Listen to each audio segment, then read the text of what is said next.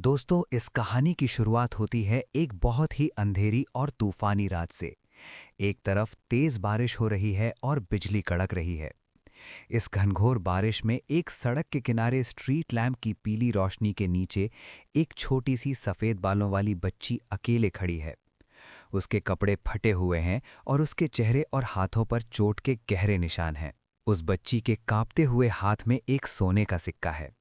वो बच्ची उस सिक्के को जोर से अपनी मुट्ठी में भींच लेती है और रोते हुए भगवान से पूछती है, भगवान, ये दुनिया मुझे मेरी तकलीफों का इनाम क्यों नहीं देती? मैं बस एक खुशहाल जिंदगी जीना चाहती थी, इसीलिए मैं भागी। पर कभी कुछ नहीं बदलता, मैं हमेशा वहीं वापस पहुंच जाती हूँ। अचानक अंधेरे में से दो बड़े और काले क्लोक पहने हुए अनजान लोग उसके पास आते हैं और कहते हैं, हमें भागी हुई नौकर मिल गई है। बच्ची हमें बताती है कि जहां उसे घसीट कर लाया गया था, वो एक पागल नोबलमैन का महल था।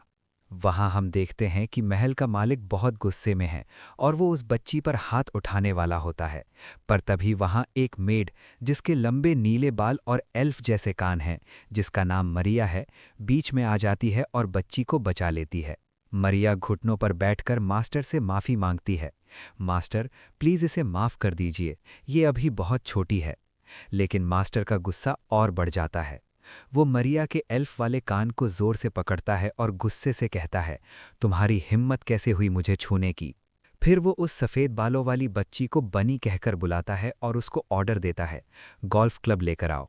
गोल्फ बैट हाथ में लेने के बाद मास्टर एक खौफनाक मुस्कान के साथ बनी से कहता है, मैं उम्मीद करता हूं तुम समझोगी कि तुम्हारी प्यारी मरिया को चोट क्यों लग रही है, तो ध्यान से देखना। और फिर वो बड़ी बेरहमी से उस आयरन गोल्फ क्लब से मरिया को बुरी तरह पीटना शुरू कर देता है।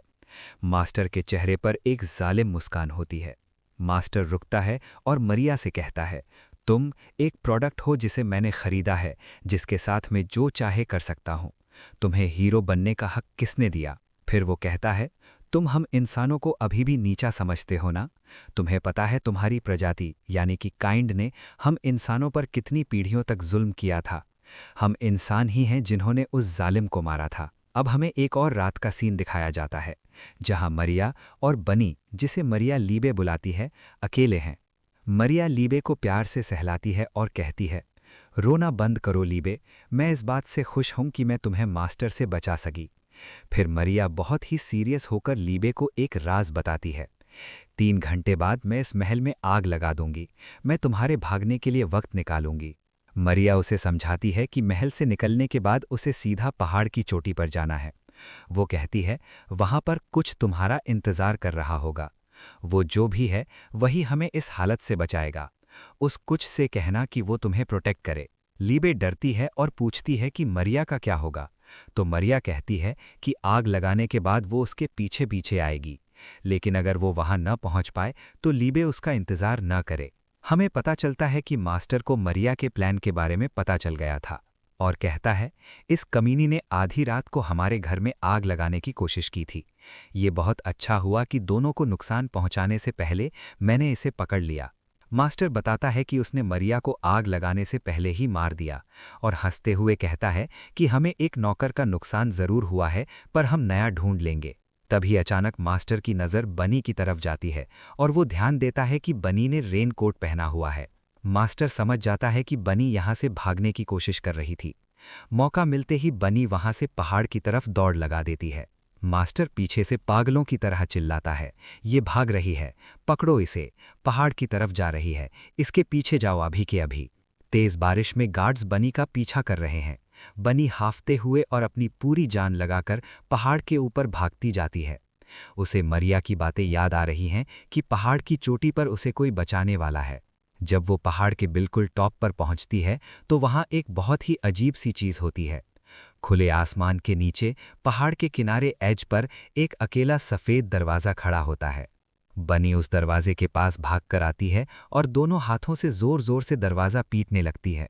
वो खौफ में रोती हुई चीखती है, प्लीज़ मुझे बचा लीजिए, मेरे पीछे लोग पड़े हैं, प्लीज़ मुझे छुपने दीजिए। अगर मैं पकड़ी गई तो मैं मारी जाऊंगी। अगर इस दुनिया में कोई भगवान है तो मैं भीख मांगती हूँ, प्लीज़ दरवाज़ा खोलिए। दरवाजे का हैंडल घूमता है और वो खुलने लगता है। बनी थककर जमीन पर दरवाजे के ठीक बाहर बेहोश जैसी हालत में गिर जाती है। और जब दरवाज़ा खुलता है तो वहां से एक आदमी बाहर निकलता है। वो जमीन पर डरी और भीगी हुई बनी को देखता है, बहुत कंफ्यूज होता है और कहता है, ये क्या चल रहा है। और दोस्तों, इस अजीब और सस्पेंस से भरे सीन के साथ ही मांगा का पहला चैप्टर यहाँ खत्म हो जाता है। कि एक मास्टर और उसके 2 गार्ड्स एक भागती हुई लड़की का पीछा करते करते पहाड़ की चोटी पर आ जाते हैं। जब वो पहाड़ की चोटी पर पहुंचते हैं तो उन्हें वहां एक अजीब सा सफ़ेद दरवाज़ा दिखाई देता है, जिसके पास एक आदमी बैठा हुआ होता है। मास्टर सोच में पड़ जाता है और कहता है कि उसने पहले कभी इस पहाड़ की चोटी पर ऐसा कोई सफ़ेद दरवाज़ा नहीं देखा था। मास्टर उस आदमी को गुड इवनिंग कहता है और बड़ी शराफत से कहता है कि इतनी रात को परेशान करने के लिए सॉरी, पर उन्हें थोड़ा सा टाइम चाहिए। मास्टर बताता है कि वो एक लड़की को ढूंढ रहे हैं जो उनकी नौकर है। वो आदमी हैरानी से पूछता है, नौकर?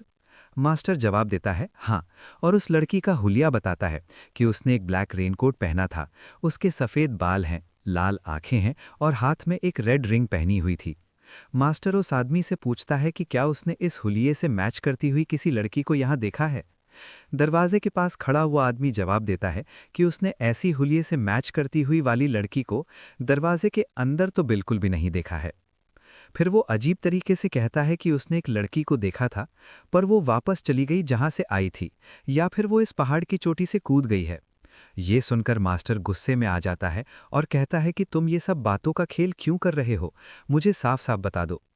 फिर मास्टर खुद ही कहता है कि चलो रहने दो, मुझे पता चल चुका है कि वो लड़की कहाँ है। वो लड़की सामने वाले सफ़ेद दरवाजे के अंदर गई है, तो तुम अब हट जाओ और बाकी का काम मैं खुद देख लूँगा। वो आदमी मास्टर को रोकते हुए बोलता है कि वायलेंस यहाँ पर इस चीज़ का जवाब नहीं है। पर मास्टर उस आदमी का मजाक उड़ाते हुए कहता है कि तुम्हें अब क्यों डर लग रहा है, अब ज़्यादा परेशान मत करो और हमें खुद सिचुएशन हैंडल करने दो। और वो अपने दोनों गार्ड्स के साथ सफ़ेद दरवाजे के अंदर चला जाता है। जैसे ही मास्टर और उसके गार्ड्स सफ़ेद दरवाजे के अंदर जाते हैं, वो हैरान रह जाते हैं। वो देखते हैं कि दरवाजे के अंदर कोई कमरा नहीं, बल्कि उन्हें आसमान और बादल दिख रहे होते हैं। मास्टर हैरानी से कहता है कि दरवाजे के अंदर ये आसमान क्या कर रहा है और ये जगह है कौन सी, कहाँ है हम। तभी वो आदमी भी सफ़ेद दरवाजे के अंदर आ जाता है और अपनी पिछली बात बदलते हुए कहता है कि भले ही वायलेंस दरवाजे के बाहर आंसर नहीं था, पर यहाँ दरवाजे के अंदर वायलेंस ही आंसर है। मास्टर अकड़ते हुए कहता है कि तुम्हें लगता है कि तुम हमें चैलेंज कर पाओगे, यहाँ मेरे पीछे 2 बड़े बड़े गार्ड्स खड़े हैं। लेकिन दोस्तों, अगले ही पर वहां कुछ ऐसा होता है जिसको किसी ने एक्सपेक्ट नहीं किया था। पलक झपकते ही वो आदमी उन दोनों बड़े गार्ड्स को मारकर गिरा देता है। और फिर वो आदमी उस मास्टर के मुंह पर जोर का झापड़ लगाता है। मास्टर गुस्से से कहता है, तुमने मुझे टच करा? तो वो आदमी एक और झापड़ लगाता है और बोलता है, नहीं नहीं, मैंने टच नहीं करा। मास्टर को बहुत गुस्सा आता है। वो उस आदमी को गाली देता है और उस पर एक जोर का पंच मारने वाला होता है, पर तभी वो आदमी अपने सामने एक बुक ले आता है, जिससे मास्टर का मुक्का सीधा उस बुक पर जाकर लगता है और आदमी बच जाता है। मास्टर देखता है कि उस बुक पर लिखा होता है, नॉलेज इज पावर। और तभी वो आदमी वही बुक मास्टर के सर पर दे मारता है। उसके बाद वो मास्टर को लगातार झापड़ मारता रहता है। मास्टर उसे रुकने के लिए कहता है और अपने हाथ अपने मुंह पर रखकर खुद को बचाने की कोशिश करता है, पर आदमी कहता है, तुम अपने को बचाने की कोशिश कर रहे हो, और उसे और झापड़ मारता है। लास्ट में वो एक जोर का झापड़ मारता है, जिससे मास्टर जमीन पर गिर जाता है। उसके बाद वो आदमी उस मास्टर और उसके दोनों बॉडीगार्ड्स को बेहोशी की हालत में दरवाजे के बाहर पहाड़ की चोटी पर फेंक देता है, जहां बहुत तेज बारिश हो रही होती है। फिर वो आदमी वापस सफ़ेद दरवाजे के अंदर चला जाता है और उन तीनों को बाहर पड़ा छोड़ देता है।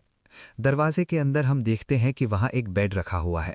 उस बेड के ऊपर एक बच्ची आराम से चादर ओढ़कर सो रही होती है। वो आदमी उस बच्ची की तरफ देखता है और सोचते हुए कहता है कि क्या ये एक नौकर है। और इसी के साथ चैप्टर 2 यहीं पर समाप्त होता है।